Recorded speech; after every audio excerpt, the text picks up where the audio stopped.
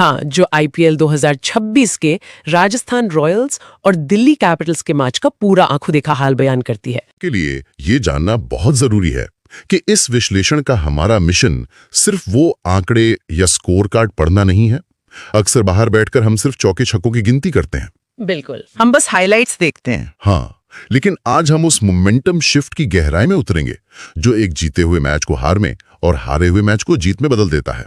मतलब T20 cricket किसी suspense thriller से कम नहीं है। बिल्कुल, एक अच्छी थ्रिलर फिल्म की तरह। हाँ, जहां हर ओवर के बाद कहानी पलट जाती है। लेकिन इस थ्रिलर में ट्विस्ट अचानक हवा से नहीं आते। उनकी एक पुख्ता जमीन तैयार होती है और ये मैच इसका सबसे बड़ा उदाहरण था। ये बिल्कुल सही परिप्रेक्ष्य है। मतलब एक हाई स्कोरिंग मैच को जब हम सिर्फ रन फेस्ट मान लेते हैं ना, तो हम उसकी रणनीतिक जटिलता को पूरी तरह से नजरअंदाज कर देते हैं। सही बात है। इस थ्रिलर की असल कहानी उन फैसलों में छिपी होती है जो अत्यधिक दबाव में लिए जाते हैं। आप देखिए, जब एक बल्लेबाज 200 की स्ट्राइक रेट से खेल रहा हो, तब एक गेंदबाज अपनी लाइन या लेंथ में वो कौन सा मिलीमीटर का बदलाव करता है जो पूरे मैच का रुख पलट दे। अरे वाह, ये तो बहुत ही सूक्ष्म बात है ना? एक कप्तान जब देखता है कि उसकी रणनीति काम नहीं कर रही, तो वो अपनी प्लान बी को कैसे लागू करता है। आज के इस विश्लेषण में हम इन्हीं छोटी छोटी चीजों पर गौर करेंगे, क्योंकि असल में जीत उसी टीम की होती है जो दबाव के उन चंद सेकंड्स में अपने दिमाग को शांत रख पाती है। बिल्कुल, एकदम सही कहा आपने। तो चलिए उस पारी से शुरुआत करते हैं जिसने शुरुआत में ही स्टेडियम का तापमान बढ़ा दिया था। राजस्थान रॉयल्स की बैटिंग। शुरुआत में उन्हें एक झटका लगा था। हाँ, यशस्वी जायसवाल जल्दी आउट हो गए थे। हाँ, यशस्वी जायसवाल सिर्फ 12 रन बनाकर आउट हो गए। आमतौर पर जब कोई इनफॉर्म ओपनर जल्दी आउट होता है तो टीम थोड़ी रक्षात्मक हो जाती है। हाँ, थोड़ा संभाल कर खेलने लगती है। लेकिन यहाँ वैभव सूर्यवंशी और कप्तान रियान पराग के दिमाग में कुछ और ही चल रहा था। सूर्यवंशी ने केवल 21 गेंदों में 46 रन बना दिए, जिसमें 5 चौके और 3 छक्के शामिल थे। वो भी इतनी जल्दी, मतलब वो रुक ही नहीं रहे थे। और रियान पराग ने तो पूरी फील्डिंग यूनिट की धज्जियां ही उड़ा दी। उन्होंने सिर्फ 26 गेंदों में 51 रन जड़े, जिसमें 3 चौके और 5 बड़े छक्के थे। और उसके बाद ध्रुव जुरैल ने भी तो पारी को संभाला। हाँ, जुरैल ने भी 40 गेंदों में 53 रनों की बेहतरीन पारी खेली। एक समय स्कोरबोर्ड इतनी तेजी से भाग रहा था कि 210 या 220 का आंकड़ा एक मजाक लग रहा था। ऐसा लग रहा था कि ये तो आसानी से बनी जाएगा। बिल्कुल, हर ओवर में बाउंड्री आ रही थी। लेकिन यहां मेरे दिमाग में एक बात खटकती है। जब कोई टीम शुरुआत के 10 या 12 ओवरों में ही इस कदर आक्रामक हो जाती है, तो क्या वे एक तरह के ब्लाइंड स्पॉट में चले जाते हैं? Blind spot? आप थोड़ा और समझाएंगे?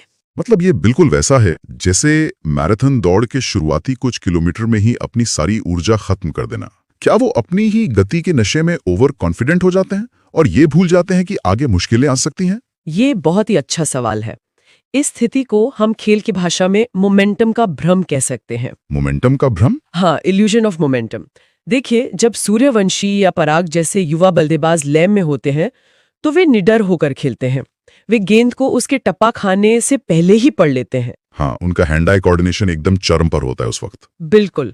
और डगआउट में बैठी पूरी टीम को ये लगने लगता है कि पिच बिल्कुल कंक्रीट के हाईवे जैसी फ्लैट है और हर गेंद को स्टैंड्स में भेजा जा सकता है। ये एक मनोवैज्ञानिक जाल है।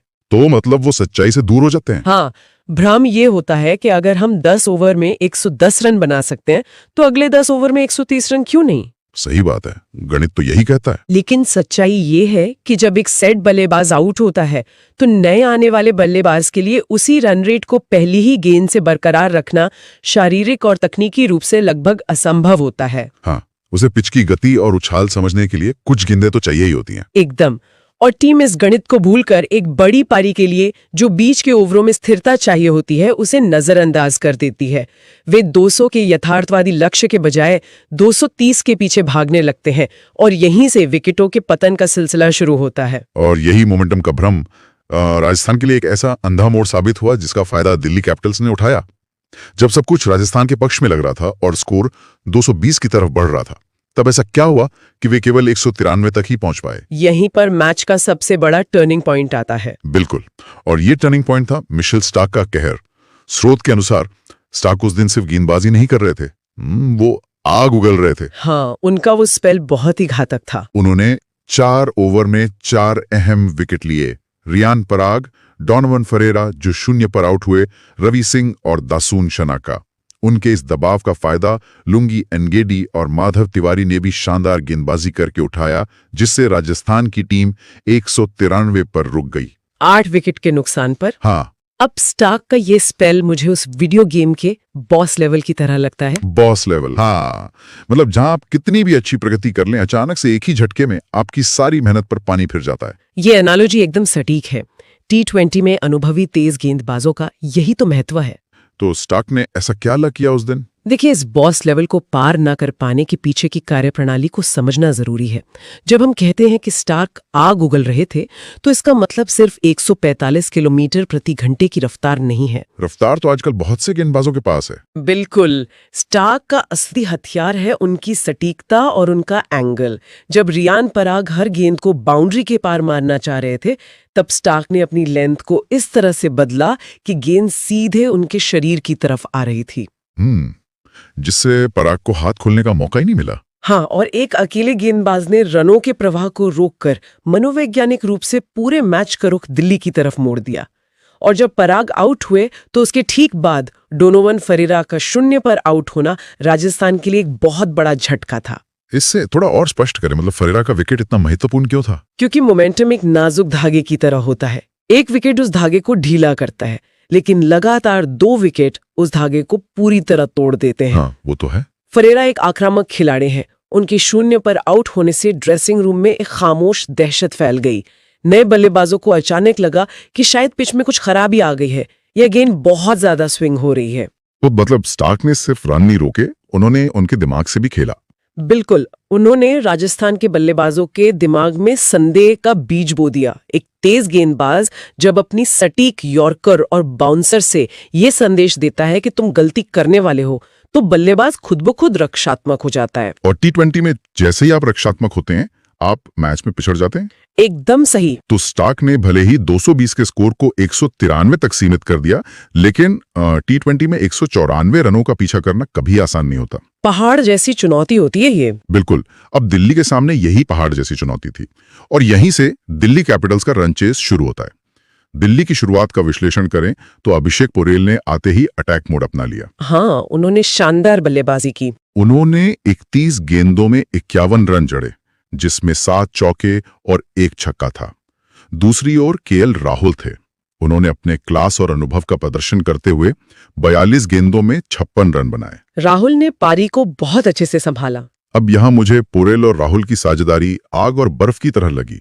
आग और बर्फ? हाँ, मतलब पोरेल आग की तरह विपक्षी गेंदबाजों को जला रहे थे, जबकि राहुल अपने अनुभव से पारी को बर्फ की तरह एकदम शांत और स्थिर रख रहे थे। ये बहुत ही खूबसूरत समानता है।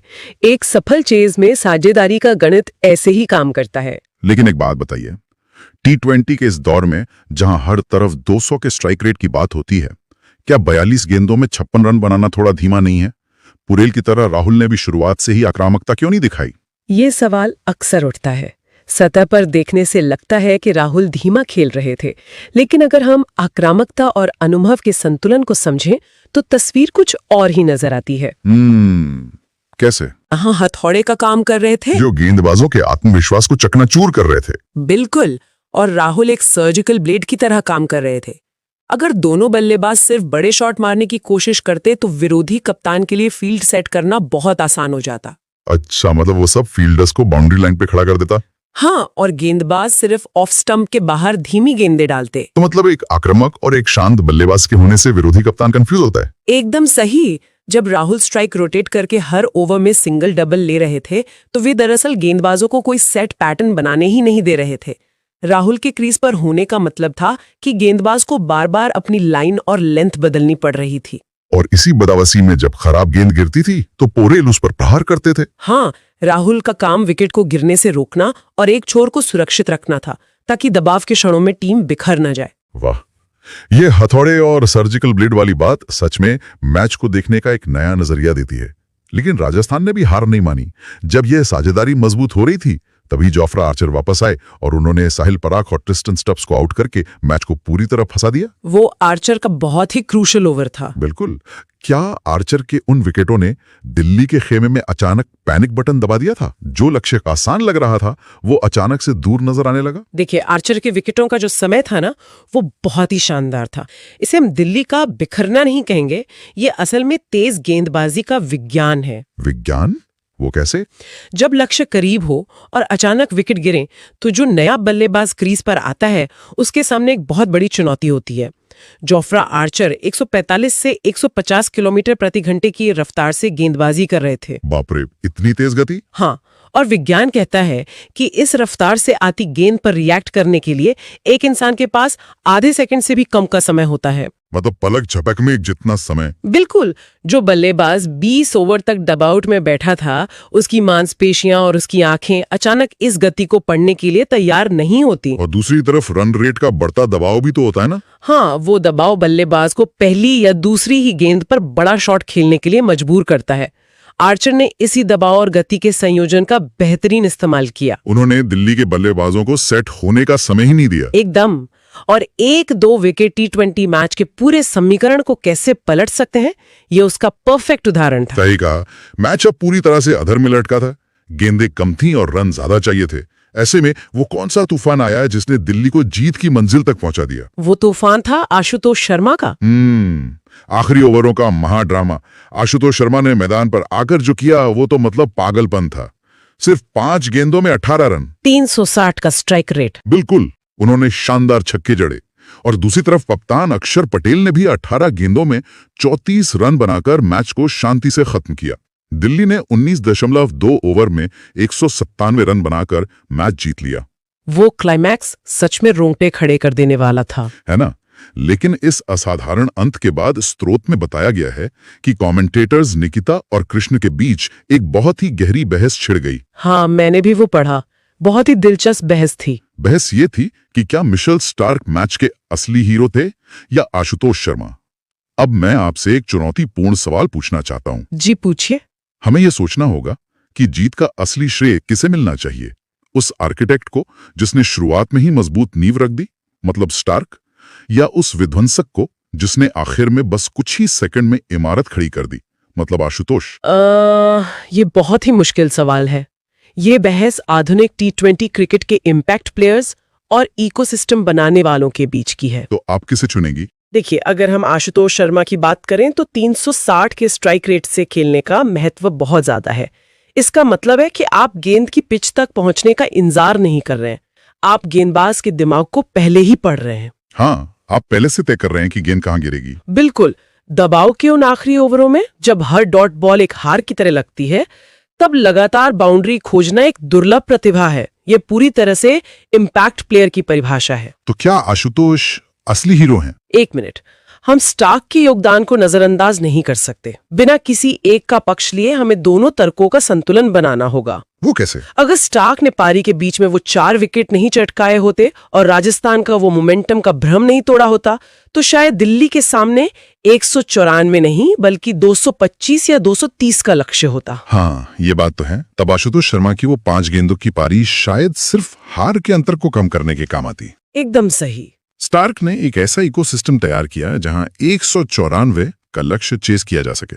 तो मतलब स्टार्क ने वो नींव रखी और आशुतोष ने उस मजबूत नींव पर जीत की इमारत खड़ी कर दी। बिल्कुल। दोनों ही अपनी अपनी जगह इस महाड्रामा के असली गेम चेंजर हैं। वाह। चर्चा को समेटते हुए श्रोताओं के लिए ये देखना महत्वपूर्ण है कि इस पूरे रोमांचक मुकाबले से अंततः क्या निष्कर्ष निकलता है। ये बहुत जरूरी है। ये समझ क्यों महत्वपूर्ण है? क्योंकि ये मुकाबला हमें सिर्फ क्रिकेट नहीं बल्कि बहुत कुछ सिखाता है। हाँ, चाहे आप किसी भी क्षेत्र में हो, शुरुआती योजना कितनी भी अच्छी हो, जैसे पराग और सूर्यवंशी की बैटिंग थी, लेकिन दबाव की स्थिति में कोर्स करेक्शन ही सफलता की चाबी है। बिल्कुल। कोर्स करेक्शन मतलब सही समय पर अपनी दिशा सुधारना। जैसे स्टार की वो शानदार वापसी या फिर राहुल की वो स्थिरता। हाँ, जब राजस्थान की योजना चरमराई तो वो कोर्स करेक्शन नहीं कर पाए, लेकिन दिल्ली ने दबाव को सोखा और अपनी रणनीति को स्थिति के हिसाब से बदला। बिल्कुल। और इसी के साथ आज की इस विस्तृत चर्चा का अंत हम एक ऐसे विचार के साथ करना चाहेंगे जो स्रोत में सीधे तौर पर तो नहीं है, लेकिन इस मैच के विश्लेषण से जरूर उपजता है। वो क्या है? देखिए, लोग अक्सर सोचते हैं कि टी20 क्रिकेट हमेशा बल्लेबाजों का खेल है, छक्के और चौके ही सुर्खियां बटोरते हैं। हाँ, टीवी पर तो वही बार बार दिखाया जाता है। बिल्कुल, लेकिन इस पूरे मैच के उतार चढ़ाव को देखने के बाद क्या यह सोचना गलत होगा कि असल में टी20 मैच बल्लेबाजों द्वारा नहीं बल्कि गेंदबाजों के उन छोटे जादुई स्पेल द्वारा तय होते हैं, जैसे स्टार्क या आर्चर के वो ओवर? एकदम। तो श्रोताओं, अगली बार जब कोई बड़ा मैच हो तो सिर्फ रनों पर नहीं बल्कि उस खामोश दबाव पर नजर रखिएगा जो एक गेंदबाज बनाता है। शायद खेल का असली सच आपको वहीं नजर आए। आज की चर्चा में बस इतना ही।